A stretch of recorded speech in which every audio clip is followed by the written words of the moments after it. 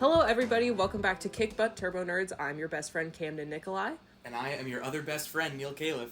We're here to kick butts and be nerds, and we're all out of butts, so let's get started. Episode 10. Yeah, we are in the double digits now.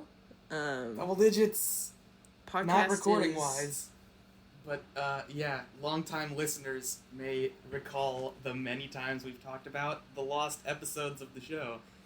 But, published episodes, this is number 10. This is number 10. Yeah. I think, recorded episodes, this is probably episode, 15. It's gotta be somewhere around 15 It's really, upsetting the amount of times that either my computer has pooped its pants or there's an episode that we recorded and there are just, plenty of things and people who could poop their pants in this situation. I mean, yeah. Recording with some unsavory company, and then things just sort of happen. Life happens, but we're here. Such is the way. So it goes. Ain't that just the way, as Over the Garden Wall has once taught us. As a wise man once said. And the wise man was Patrick McHale. He said that himself. Very wise man. It's also, while it's the time of year to celebrate us releasing 10 episodes of the podcast, it's also the time of year to be happy, merry, and jolly. And what a great holiday present the 10th episode of this show is. The 10th episode is the Christmas episode. You're not getting another one after this. So, and only one of us celebrates Christmas, so this is my episode. It's all on Camden, really, to make this the Christmas episode. Sorry, guys. But I have been getting in the festive spirit. Neil, you know him. I think the world knows him as their sweetheart. I am talking about Anouk Atidawan. I can picture his name in my head. I couldn't tell you how it's said out loud. That's the first time I've ever said it out loud. So it's, he is Thai, Italian, Indian, and English. So Where I don't know. Where are you getting that information from? I'm on Google.com. Oh. So that's we need to. You have to give some context. I am on Google, and Neil, I just looked up Anouk first of all, and I just got all of this information. Okay. People, and I'm in the people also ask section of Google, that fun feature that they put in there. It says, what ethnicity is Anouk? And I was like, yeah, I'll look that up. He said, I am of mixed Thai, Italian, Indian, and English descent. There are parents who are half-breed as well. Whoa. Hey, what does that mean? Man. What does that mean? Hey, and what does that mean? Should people be offended by it? I can't quite tell. Are you saying it about yourself and your parents, or hey? There are parents who are half-breed. Actually, you might be right about that. But can we please give some context? Because I can guarantee there's maybe one person listening who knows who this is. Yes, I'm getting there. All of this to say, I'm sure that some of the people who are listening to this have heard or seen the memes of him. Probably. It was hard to avoid. Was it only last year? No, it was 2 years ago. 2 years ago, damn. It was 2 years ago, I believe. And I followed him then, and I have just been, following him since. So I get the Christmas music, but I also see him year-round. And what a treat. Do you think that we're going to be able to put in a little snippet? I'm going to put in... Here's my teaser. I'm going to get real up close. Now I'm going to put in the actual one. See if you can really hear the difference, because I think my impression was pretty darn good.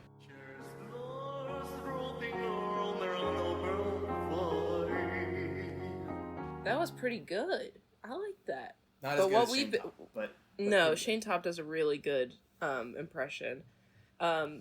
Well, what we've been doing in the car recently is we've been connecting either my phone or my boyfriend's phone to the Bluetooth in the car, and we've been playing his covers instead of like actual Christmas music when we're driving.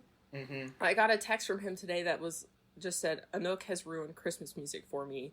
And I was like, oh, okay. And he said, last Christmas started playing in the car, and I got excited because I thought it was him. I thought it was going to be Anouk, but it was Wham. It was Wham that was singing it. It was George Michael. And how dare they? How dare Wham sing their own song? I am looking for Anouk to sing it. His version of that song is really something. Hang on. We need... or maybe at this point, do you think the listeners have pieced together just who he is and what he does? He's a guy. That's why I asked you. Really Yes. I was like, that's the context is that he's saying chestnuts roasting on an open fire. But he's got a very, very thick accent. He talks. And he also... his accent does make it sound like he sings in cursive in like the most whimsical way possible. And he's also just like the most positive and like really nice person ever. He's very sweet. He looks insane. Like because I was following this recently where he looks like he's got 600, maybe 700 filters on his videos. Yes. And his eyes are like glowing, and his skin is perfect, and it's crazy. And he posted this video being like, all my haters are saying I use filters, and he's like moving his face around and putting his hand in front of his face, and he's like showing that there's no filters on his videos, and they're just in like 480p, and he just kind of looks like that. It's wild. Yeah, like that's just his face. I think I saw a post about this from him. I think he's like 50. Oh my god, yeah, I saw that too. Yes, he said he's I think in his 50s. Talking about his skincare routine. You would think he was not older than like 30. Yeah, no, his skin looks great. Looks great. Doesn't look 50. He's also jacked as fuck. He's built. This guy, everybody go follow him, and also just Please. Like just look at him. Look at him, listen to him. But Listen also, to like, him, read his posts because he's genuinely, like, a very sweet guy. But then he's also very sweet. It's such a strange internet phenomenon. I'm obsessed with him, and he's taken over my month. It's his time of year. Really gets you in the... It's his time of year. He really gets you in the spirit. He does. Let me see. The favorites have been, obviously, he did an updated version of Chestnuts for this year. He has done All I Want for Christmas. He's been working on his pronunciation. He has. It got better. He did All I Want for Christmas Is You. That one was good. Of course, I didn't see that one. That one was good. And then he did Last Christmas from I did see that one. And also very good. It's very good. It's been a very good month for music for me. I'm pretty sure I've opened Spotify maybe twice. So it's just been like Instagram Reels because those are longer than his TikTok videos. So that's been... Everybody go follow him. Everybody now. Go now! It's more important than this podcast. Yeah. But yeah, we can probably put in a little... I mean, he uses like karaoke tracks and he says that he just wants to share music for making people happy. Like, he doesn't make any money off of it. So I think it'll be fine if we put... I'm sure it'll be fine. Put a little clip in here. If it's not, I would love to... I would love to chat with him. If he's the one who comes after us. I would love to chat. Be like, no, it's literally nothing but love. I just want more people to hear you. Yeah. But yeah, that's been my holly jolly festive season so far. Very nice. Yeah. I can't say I've been doing much to get into the holiday spirit. Oh, I got an email saying from my from HR of my work saying I won a prize at a holiday party that I didn't attend. It must have been some sort of raffle or something, but I forgot to go pick it up today. So they don't say what the prize is. I don't know. There were like maybe 20 people copied on this email, and it just said, "Congrats, you won a prize at the holiday party." I didn't go to the holiday party, but very curious to see what the prize is going to be. So that's sort of my holiday festivities. Oh, it is the giving season. That's Santa that gave you that. Yeah. He said, you've never done this before, so you don't get it, but this is what Santa does. Well, we'll see. I don't know what it is yet. It could be a lump of coal, so... You've been a bad boy. We'll see. I can't make that judgment call. I'm just saying. If maybe you can. Coal, this is your... yeah, you're in charge of holidays on this podcast, yeah. so... No. I just said Christmas. You celebrate way more holidays than I do. That's true. If anybody's the holiday you guy have the around big here, one this time of year. Yeah, I get like one big one, but you get like a bunch of like little tiny ones peppered throughout the year. That's very true. Even my one that's this time of year is 8 times as long as yours. Yeah, it's literally, yeah, you know what? Yeah, so you really are the holiday guy. So I should be in charge of 8 times as much holiday podcasting? Yeah, I mean, just based off of that one. Just based off of that. Damn.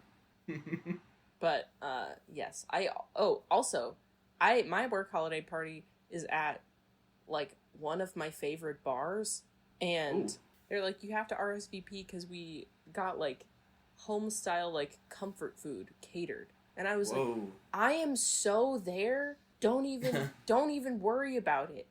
We have a hockey game later that night, but I'm like, I'm going for a few hours, thank you so much. I think we get, like, 1 free drink or something like that. And it's an arcade bar, so all the games are free. Ooh. I'm there. But yeah. You will be there. I will be there. Don't worry. I will be there. But yeah, that's my Christmas spirit. I'm sure we have one more coming out before Christmas? ? No. No, this one I think is... I guess this is our Christmas episode, yeah. The Holly Jolly 10-episode special. So... Yeah. Hope this is our Christmas special. That's why this is, I think, probably the longest cold open we've ever had. Yeah, it is. We should probably get into the topics, but now knowing that, you guys should go make hot cocoa real quick. Oh yeah, it's that kind of night and that kind of episode. Yeah, it is. Who started last time? I started last time. I believe you started last time. I started last time, so it's your turn to go first. Yeah. I'm gonna let's jump right into it. It's funny because my thing is, very Jewish, but I kind of have that at the end. I, have some notes because I want to keep this sort of on a track because I could talk for a very long time. Mm-hmm. I want to talk about one of my favorite authors / book series, plural, / sort of literary universe, Lemony Snicket. Oh, let's go. I don't know. I didn't tell you this ahead of time, I didn't ask you your experience with Lemony Snicket because I wanted to ask you on the show. But what's your background with Lemony Snicket? When I was a kid, he was one of my favorite authors. Of course. Obviously, I mean, Series of Unfortunate Events was huge in. Mm-hmm. I think both of our creative writing and short story. Not even really short story. Formative. Absolutely informed. Yeah. That I think really shaped a lot of our current interests. Yeah. And interests and humor. Yeah. And, just kind of everything. Yeah. The vibe. The vibes. I think that he's a fantastic author. I think he's so funny. And yeah, I really like the guy. Okay. That makes me very happy to hear. So, I'm trying to figure out the best way to, go about this conversation, because there's so much to talk about. Obviously, first and foremost is A Series of Unfortunate Events, which, I mean, it's his biggest thing, and it's everybody's... It's the first thing that comes to mind when you think of him. For most people, it's probably the movie with Jim Carrey, which also, I was... when I was young, Jim Carrey? Honestly, I was... As Count Olaf. Do you not know this? I don't think I knew that he did it. I thought it was... Oh, yes, In the yes, yes, TV yes, show, yes, yes. it's You're Neil right. It's Patrick Neil Patrick Harris. I remember now. I had to which we'll see. come to I just looked it also. up. I just had to see what he looked like. It's He looks so distinct. Like, it's yes, so very Jim Carrey. yes. But I've it's just also... been looking at a lot of Sonic promo, so I could only think of Robotnik Okay. for like half a second. But no, I've got it now. Okay. We might have to watch this movie after we're done recording. But anyway, the movie is amazing. It was really... I was honestly more into that movie than the Series of Unfortunate Events books when I was younger. Really? Yes. Because what I was more into was the spin-off series of a series of unfortunate events called All the Wrong Questions, which is about Lemony Snicket as a kid growing up and sort of learning the ways of the world. I don't want to spoil like so much because honestly, I'm 23 years old and I still go back and read these books every now and then. The main reason that I wanted to talk about this was because I just finished listening to the Series of Unfortunate Events audiobooks. Do you want to guess who narrates them? I think if you just pulled a famous person out of your brain, specifically the brain of Camden Nikolai, who's the famous person who comes to your head? Your head, specifically. Oh, shit. Is it somebody from the series? No. I can tell you who I'd love to have done it. Who would you love to have? I would have loved David Tennant to do it. It's not David Tennant. I know that it wasn't. It is Tim Curry. Oh, let's fucking go, man. Are you kidding? It's Tim Curry. They're really, really good. Holy shit. That is very Camden specific. What the fuck? I know what I'm doing this week. I'm listening to that. I've been sort of grinding those out, on my commute recently. And they're so good. So, like, brief summary, I guess, for people who are unfamiliar with the Series of Unfortunate Events. Like, it's a children's series, but, like, first and foremost, it is, like, a satire of children's series. Yes. Which is why I think it holds up so well for adults, and also why it's so great as a formative piece of media for kids. Because everything about it is so anti-children's book tropes. Yes. The premise of the books is that it's about these three siblings, the Baudelaires, who learn one day that their house has burned down and their parents have perished in the fire. And it's 13 books, the series, and throughout the series, it's gotta be the first, like, 8 or 10 books, it's literally just them bouncing around from guardian to guardian. Yeah. Different houses and different guardians as the evil Count Olaf chases them down to try to get his scrubby little hands on their fortune. Yes. And so in the movie, evil Count Olaf is played by Jim Carrey, and it's perfect, and he's so over the top and just weird and evil, and it's incredible. In the TV show, it's Neil Patrick Harris, which is a very different kind of over the top. It's a much more sort of theater kid over the top. Yes, it's so weird because there are kind of just like different fonts of very similar character actors. Yeah, they're both very much characters, and it's hard to see anybody but them when you look at them. Yes, like it's hard to not see Jim Carrey when you look at Jim Carrey. It doesn't matter who he's playing. I kind of feel the same about Neil Patrick Harris. But it works. Like, for the two of them, it just works. It works. Yeah. And the TV show came out a few years ago on Netflix, and it was pretty good. Mm-hmm. I enjoyed it just because I'm a fan, and it was a very faithful depiction of the books. But it was... sometimes I feel like it fell a little flat. I agree with that. I didn't love the acting of the kids, which was disappointing, but everybody else was great. The cast of the adults was phenomenal. I don't even remember, because the movie is star-studded, and the movie has, first of all, Jude Law playing Lemony Snicket as the narrator, Meryl Streep, and who else? Luis Guzman, and Craig Ferguson, and Jennifer Coolidge, and Cedric the Entertainer. The movie is a stacked cast. Catherine O'Hara. Oh my god, Jennifer Coolidge. Yeah. Yes. Okay. And then the TV show is also stacked. It's got Patrick Warburton as Lemony Snicket, which I don't think could be any more perfect. No, that's great. When I read these books, I read them in his voice now. Like, it's so perfect. It's got Nathan Fillion as Jacques Snicket. Will Arnett is in it. Kobe Smulders is in it. Allison Williams is in it. Roger Bart, Tony Hale, Joan Cusack, Catherine O'Hara, also in the show, but as a different character than she was in the movie. Alfred Woodard. It's stacked, and it's great. The adults are great. The kids, child actors, it's always hard. But I think they embodied the characters well. I think in the majority, if you go online and you look at people who really love these books, everybody hates the kids and really hates their characters because they're kind of unbearable, but it's in a fun way where you love to hate them. Yes.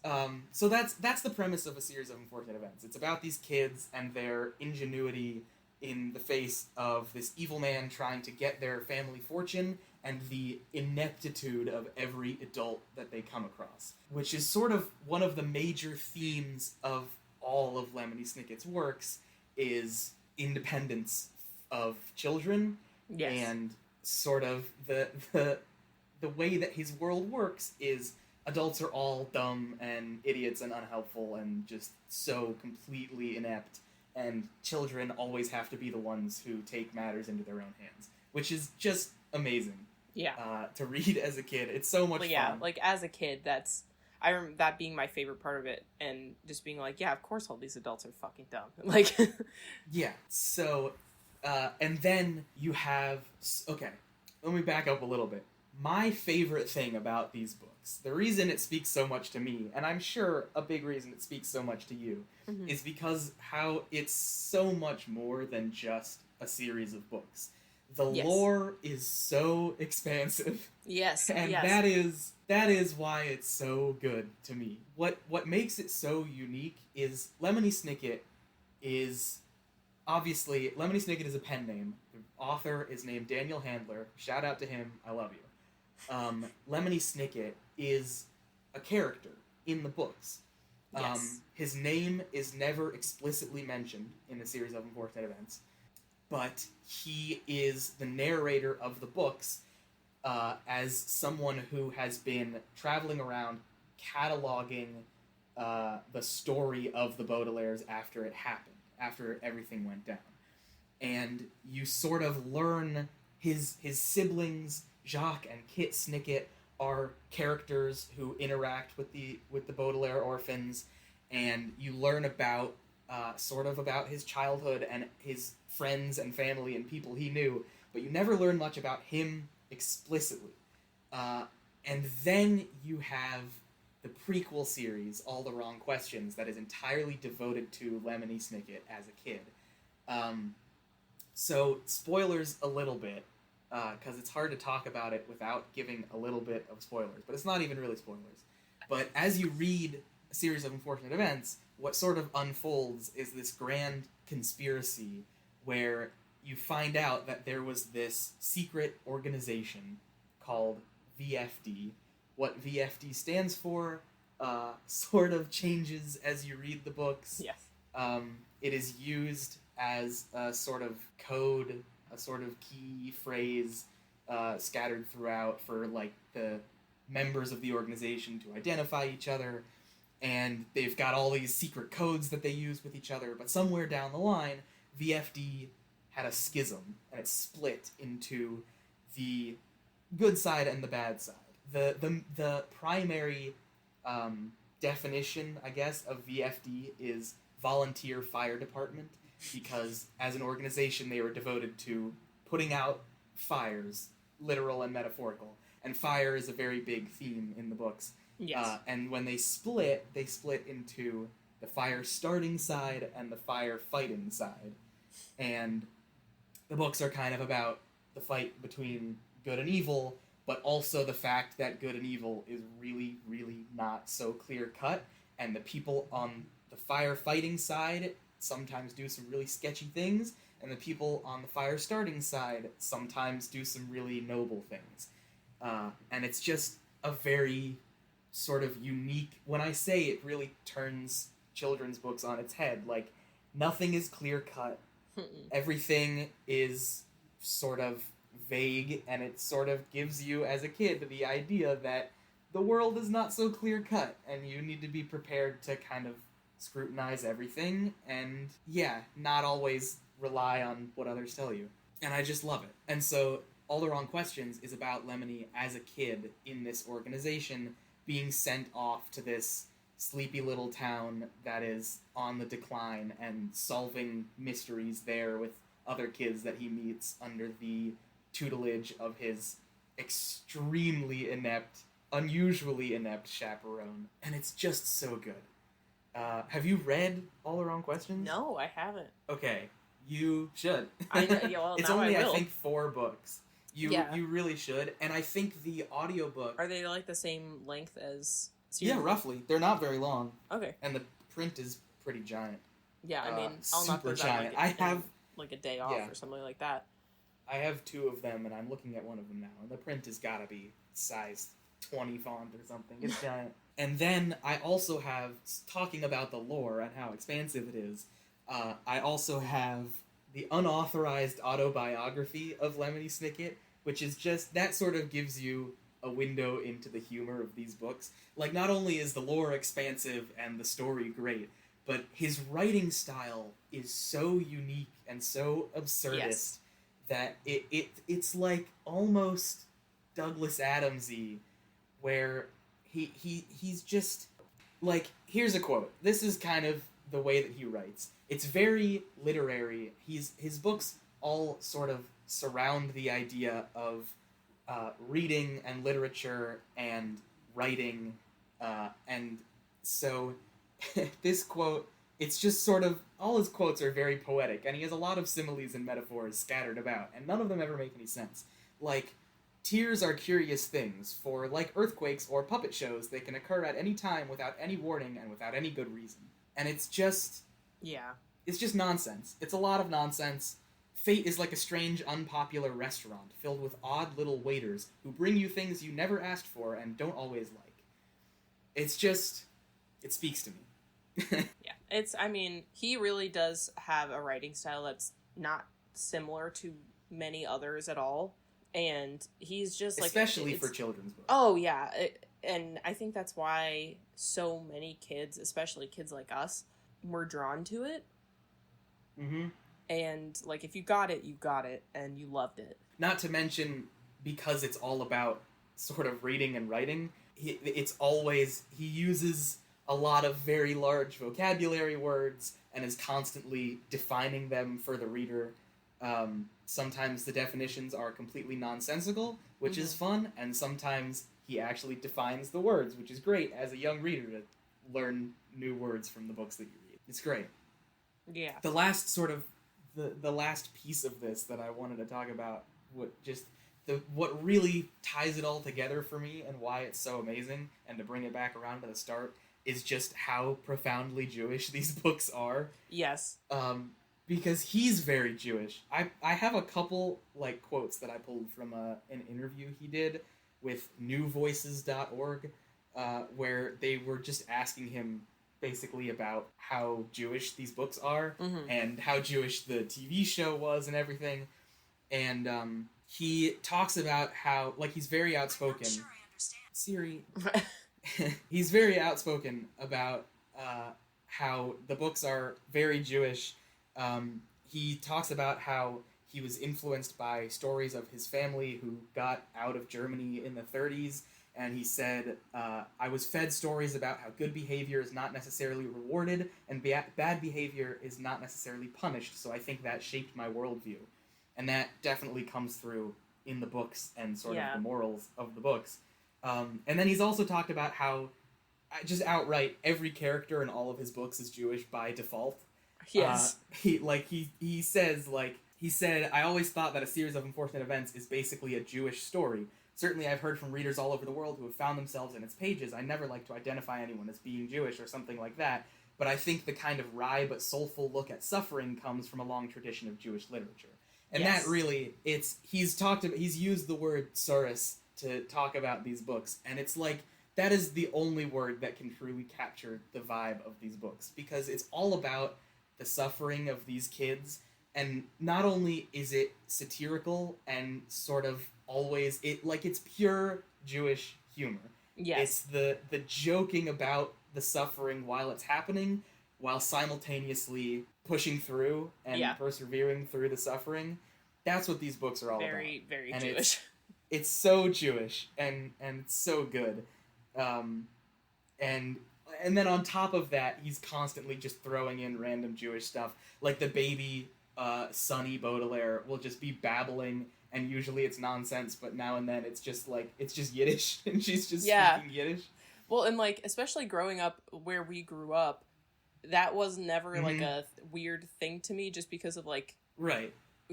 Grew up in a very Jewish neighborhood. Yeah.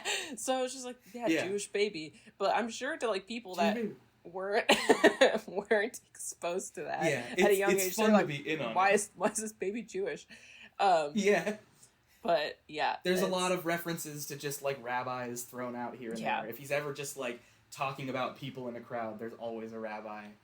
Yeah, it's great. It's so much fun. Yeah, I do think that it is a love letter to Jewish humor. 100%. And indoctrinate the kids early. Also, I don't know if I've told you how I learned about this, but about a series of unfortunate events when I was a kid.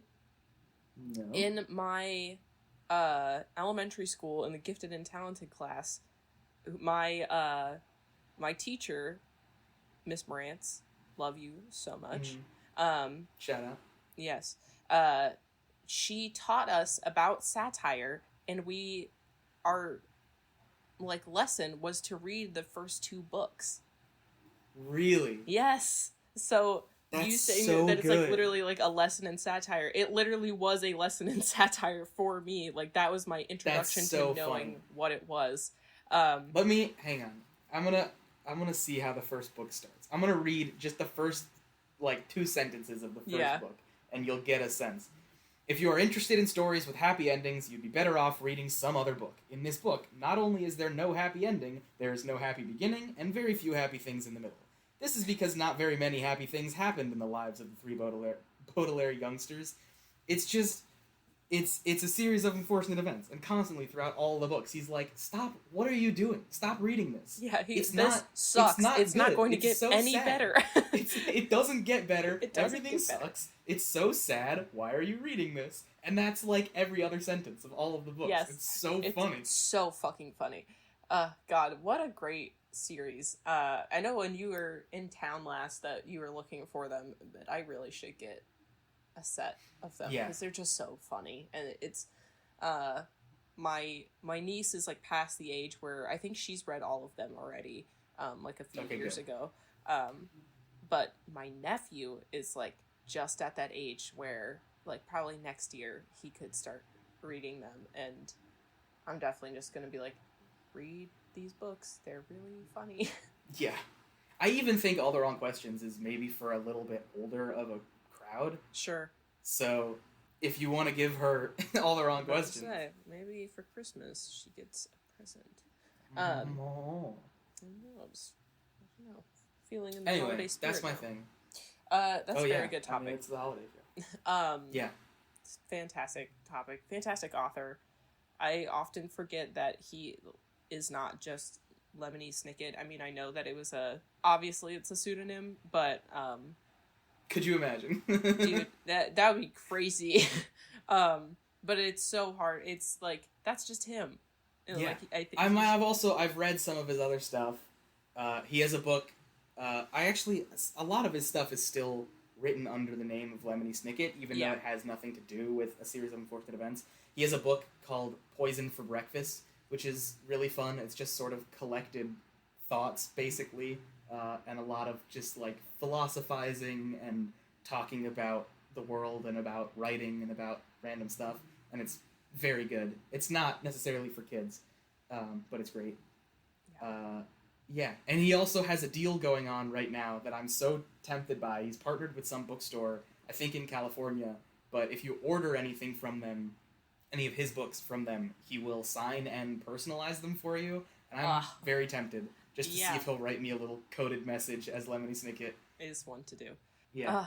Yeah, that's a very good topic. That's a very Neil topic, too. Yeah. Very much you. There's so much to talk about. Yeah. You could go down a rabbit hole of VFD lore forever, and the Snicket family tree, and what actually happened to him as a kid, and what really happened in VFD, and who was on what side of the schism. Yeah. Ugh. There's so much there. Feel free, everybody who's listening, to go down that rabbit hole. Oh, yeah, I'm sure there's some iceberg on YouTube somewhere. I think there is. I think I saw one the other day. I wouldn't be surprised at all. I meant that genuinely. I'll make my own. Yeah. But yeah, that was a good topic. I like it. Thank you. Alright, what you got? Mine is also funny. Mine's also about comedy. Very change different up from last episode. Vibe. So, yeah, big change up. I'm talking about Smiling Friends today. Oh, okay. Which is maybe just like one of my favorite comedy things in general recently. Probably for like past, I don't know, I'd say probably past like year and a half, maybe even longer. It's been out for a while now. Yeah, I mean, well, the pilot aired in 2020, and they ordered a full season that it came out in 2021, like late 2021. So I watched it. The they is Adult Swim. Yes, Adult Swim is them. So that gives you, for anybody unfamiliar, there's your first indication of what this show is like. Yes. Yeah, it's very absurdist. Boy, oh boy, is it peak Adult Swim. Yes, but also it's harkens back to like old internet, like Newgrounds humor, because the creators, it really does. Zach Hadel and Michael Cusack, both were Newgrounds animators, and that's how they met. So it's also just like a love letter to animation in general, because even if they don't think it is, to me it is, because they have so many different styles that they do.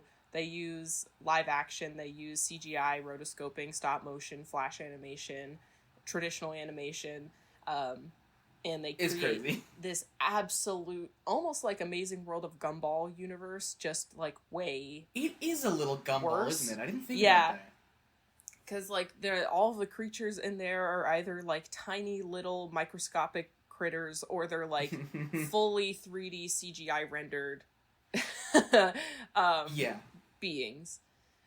It's a trip to watch. Yes. I forced Neil to watch Smiling Friends with me when he came to visit a few months ago, and you did, which I appreciate. Yeah. I have a very love-hate relationship with Smiling Friends. Yeah, it's very which is good. To say, I think when I'm watching with you, I love it, and when I'm watching on my own, I hate it. Yeah. So I'll go over kind of like the baseline premise. The series follows 4 characters. 5, technically. But the 2 main ones are Charlie and Pim, and they work at Smiling Friends, which is a charity dedicated to bringing joy and smiles to people that need cheered up. They have 2 coworkers, Alan and Glep, and they have their boss, who is Mr. Boss. And one of my favorite pretty normal things, so far. Yeah, it's very distinct in the way that they're animated and characterized. Yes. It follows the animation rule of like your silhouettes should be able to tell you what character is what. And I think one of my favorite things about this show is that Michael Cusack and Zach Hadel, not only do they voice the 2 main characters, they voice almost everybody else. That's the best kind of show. It's the best kind of show. So funny. And their supporting cast does a lot of the same characters as well. Like they hire people to do a pretty wide thing. But their guests are also crazy. They had Finn Wolfhard. They had Chills.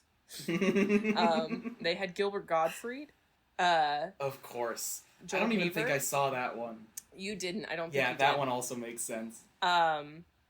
They had Dana Snyder was there, And then their live action ones are pretty good too. They do have Doug Walker come out as Daniel the Demon Slayer in an episode. And he's the nostalgia critic for those of you guys that don't know. Who is like a long time, like, they make fun of him so much, like, outside of the show. They used to have a podcast together, and Zach, who's on Oni Plays, and Chris O'Neill, who's Oni, is in Smiling Friends and helps out with the music and CGI animation. They make fun of Doug Walker all the time, and Doug Walker just takes it in stride, and they're, like, actually friends. It's very funny to me. But yes, it's also like what part of why you love it so much, and part of what I love about it, is how rooted it is in like internet culture and people who grew up with the internet. Like half the people we just mentioned, like my parents don't know who any of those people. They're like, I know like, who Gilbert Gottfried is, but like, but it's nobody else is really going to stand out to you unless you and if you don't know animation and you don't know the internet, then you have like no old idea. YouTube. Yes, it's very much rooted in that, and I think that's part of why I love it so much. Another reason that I love it so much is just because it's nothing. It's just like a nothing show so to absurd. Put on when you just need to laugh or you just need something on, and it's just so absurd and so funny to me. There's been a few people that have commented that there's a lot of bits from Oni Plays or the podcasts that have made their way into Smiling Friends, and Zach has come out and said, no, that's just genuinely what I think is funny, and the fact that I did it twice is kind of ridiculous. I didn't need to do that. Like, that's just how he jokes. But yeah, I love this series so much. They also do this thing they did it for April Fool's Day this year, that they released the whole first season as puppets. I didn't see that either. Yes, and it's just, like I said, it's such a weird love letter to, like, comedy and animation, but also just, like, it's just so absurd and it's so pure good. Adult Swim absurdism. Yes. When Adult Swim is being good Adult Swim, I will say that. Because Good there's some Adult Swim sure. that I'm just like, ugh. And I also really do love, they did a weekly drop of the episodes I think they did it for both seasons. And I am really starting to love that compared to dropping full seasons all at once. Yeah. Because people were I'm talking with you. about... I've really swung back, yeah. Yeah, because I remember, like, as a teenager, and I'm sure you felt the same, that, like, I was like, I don't want to wait. I just want to watch all of this now. I just want to binge this whole thing. But... Yeah. When you grow up with the internet. Yeah. But... And it's really, like, there's evidence in how people have received, specifically, I think, Smiling Friends, as a form of animation, which is an industry that is often not regarded highly. And combining that with two newer people to releasing things in a more official way. And it's creating a lot of traction. It has created a huge, huge fan base for it. And I think it has a very large fan base. It's ridiculous. I'm in the minority right now, not being, like, so over-the-top obsessed with this show. Yeah. I should be. By all accounts, like, I really don't know why I'm not, and I should probably try harder. I think going into it, it's very...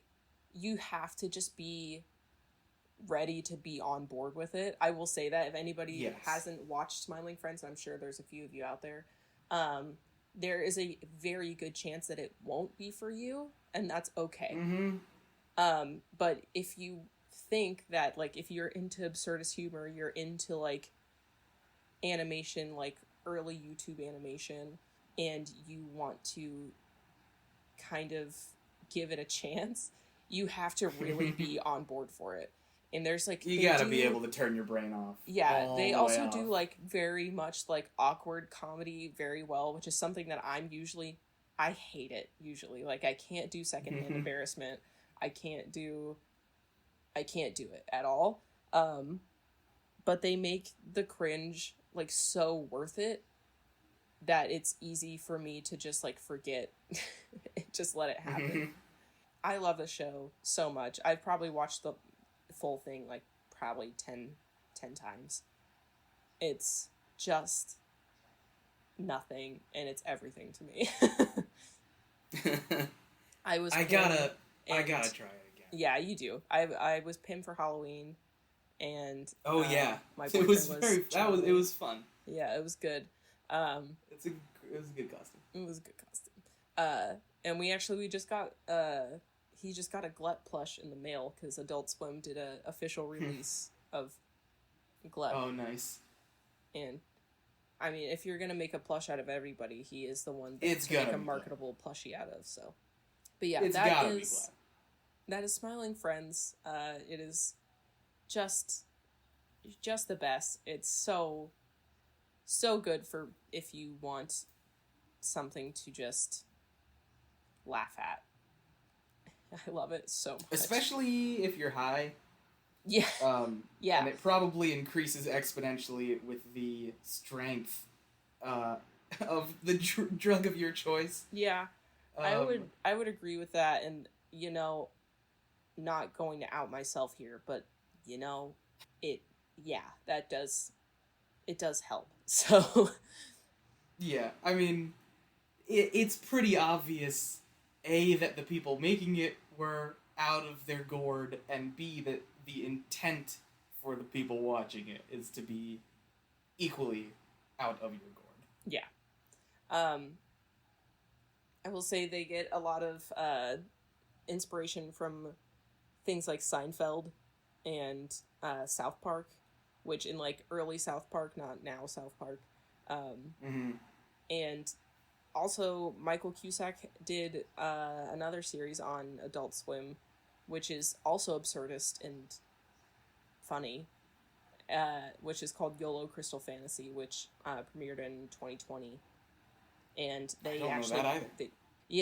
It was like one of their smaller ones that they did, but they released the pilot for Smiling Friends on the day that YOLO debuted.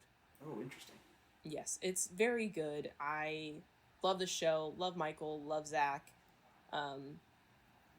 Also, his voice, it's just a very innately funny voice. Oh yeah, I mean, I think that's the best part is that that's just how he talks. Like it's just his voice. That's just his voice, and it's so good, and it makes every time that he does a voice, I know that it's Zach because that's just his voice, and I'm like, oh yeah, Zach Hadel did that. And they're like, how do you know that? Yeah. I'm like, because it's fucking Zach Hadel.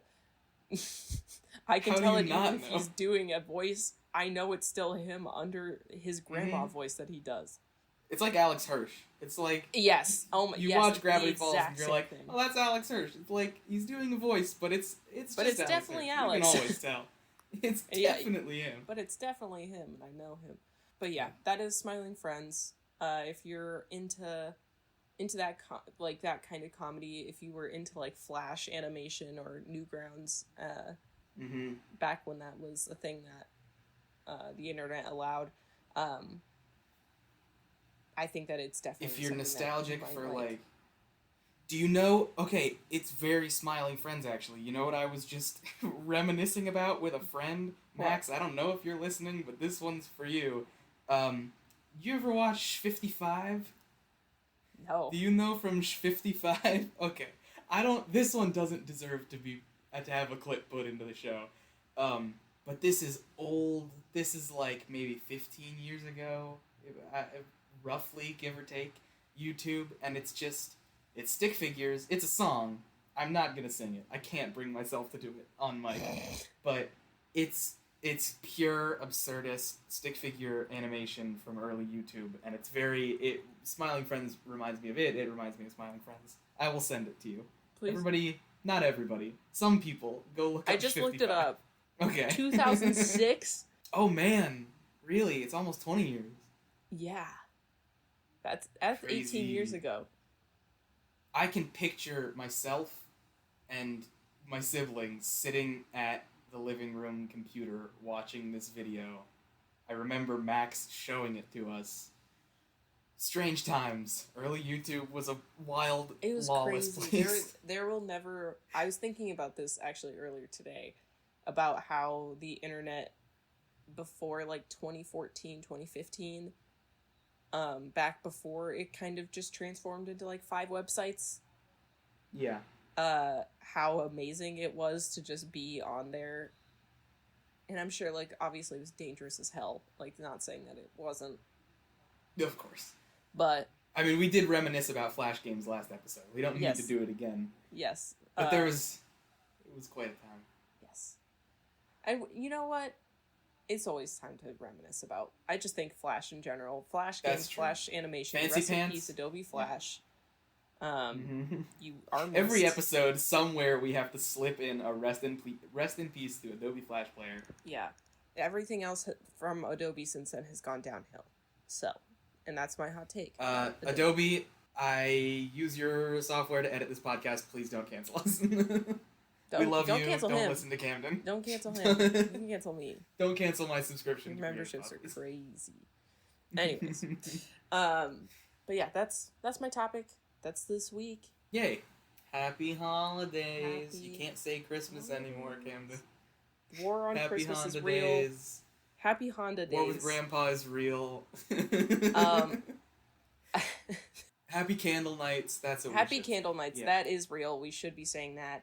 One thing that I will say before we go, and this is something that everybody at home should look up and listen to the full thing, is from it might have been a made-for-TV animated movie of Grandma got ran over by a reindeer. I need everybody Which I to go have not on. watched. You should. It's...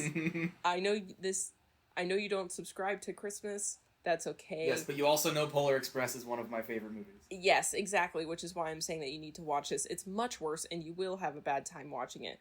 But okay, even better. Yeah, I do need everybody at home, before the season is over, to go on YouTube and watch the music video for Grandpa's Gonna Sue the Pants Off of Santa. And it's gonna be a poorly animated music video from the movie, but I really just need more people to have it stuck in their heads because it won't get out of me. So, as long as we're plugging things, I gotta plug Drew Gooden's Christmas Mail video. It's that time of year again. Oh my god. It's the greatest video on YouTube. Yeah. I could recite the entire thing by heart. We tweeted ours. Anyway, that's all I got. That's Kick Butt Turbo Nerd. Email for us. you. Everybody email us. Yeah, Everybody let's do listening the right actual now, plugging of the send podcast us an email. and not just talking about stupid shit. Yeah, you can follow us on TikTok, Instagram, Twitter is there as well. You can email us. And you can email us. Follow us everywhere at kbtnpodcast. And it's kbtnpodcast@gmail.com. kbtnpodcast@gmail.com. And then, I don't know if you saw this, but in the Spotify, I was looking at the listing today. Apparently, you can text us. Oh my god, I enabled that. I forgot to tell you. I enabled a thing called Fan Mail, which I don't know. So you can leave comments on Spotify now on podcast episodes. Everybody, if you're listening, for real, do that. If you made it this far, true fan, leave a comment on Spotify. Also, I don't even know how you access this, not through Buzzsprout, because I enabled it through Buzzsprout. So if you go to our website, remember that we have a website? Because I didn't. Forgot that we had one. What is kbtnpodcast.buzzsprout.com. BUZZSPROUT. That's our website, and our episodes are hosted there. And one way or another, somehow I enabled fan mail. And I think you can do it through the website. So that'd be fun. Do that. Yes, please do that. We'd love to hear from you guys. Thank you for all of the love and reception that we got on the last episode for our comeback. I got a lot of like personal messages from people being happy that we were back, and it's so sweet. It's very that nice. episode is doing great. I'm looking at the stats right now. It's a lot of fun. I need to this has to be, I think, a recurring segment. I think this is our first recurring segment, is breaking down the countries and cities for every episode as we release them. Yes, because where are you people coming from? It's insane. I think we've got a couple in Germany, which I will attribute to me sharing that episode in the subreddit for the mysterious song, which I talked about in the episode. It's a German song. It's a German mystery, I guess. So that's probably that. But Ireland, listen, Akiva was, I think, our first listener. I think he was our first listener, but I don't know, because when I checked the stats for last episode, it was someone where he was, and someone in Dublin, Ireland. And I need to know. I need to know. Please reach out. We have 4 listeners in Canada. 4 in Canada. Ontario, Quebec, Nova Scotia, and Ontario. 2 in Ontario. I said Ontario twice. Ottawa and Hamilton, Ontario. 2 different listens in 2 different cities in Ontario. Where are you coming from? Also, we have Brazil and Sweden and Mexico and Australia. Our last episode before we went on that little, very small hiatus, has 154 listens. Jesus, yeah. Who are you all? Who's listening over and over? That's break that down for us. How many countries? Hold on, let me find where's the stats at? I've got it. You ready? You want to hear the country total? Oh no, I got it. I got it. Oh, the country total's not even that crazy. It's the city total that's crazy. Well, I don't know. The country total's pretty crazy, because why are 126 of you 100 in Germany listening to us? I mean, thank you. Over 100 people. I'm really Germany happy listening. about that. We love you. But we can't who tell are you how great it is. But God, tell us who you are, please. Please, leave us a comment. Please email us, reach out, send us a DM, something. We want to know who you are. Yeah. We want to thank you for listening. We love you. We want to have you on the show, for real. Yeah, genuinely. You imagine having an accent other than our boring Midwestern accent on this show. Seriously, 2 dumbasses from Ohio really need some spice up in here. So, yes. If we could get a German accent, if we could get a Netherlands accent, I'm so down. New Zealand accent on this show, in this economy, in my laptop. Okay. Localized entirely within your kitchen. Yeah. May I see it? Please? I'd love to. And also, I think we were doing this thing for a little bit where we would have you guys email us things that you like and things that you've been enjoying recently, so that we could mention them at the end here. So, with send all us that topics, being... send us your stuff, yes. Yes. With all that being said, genuinely happy holidays. So happy to be back into the new year. And, yeah, we're just really thankful and happy. Yeah. So, without further ado, until next time, kick some nerd butts. Turbo style. The outro music.